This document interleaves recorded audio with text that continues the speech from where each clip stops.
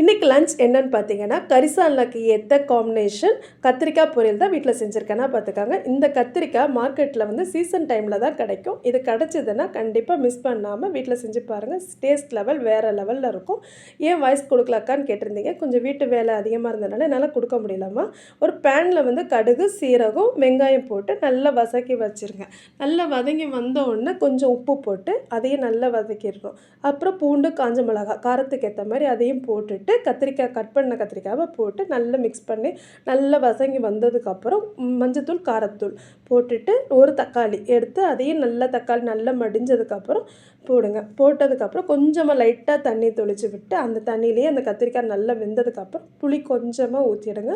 ஊற்றிட்டு உப்பு காரம் எல்லாம் பார்த்துட்டு லைட்டாக கொஞ்சோண்டு வெல்லம் போட்டுட்டு அதுக்கப்புறம் தேங்காய் துருவல் போட்டுட்டு இது கரிசால்னாக்கு வச்சு டேஸ்ட் பாருங்கள்.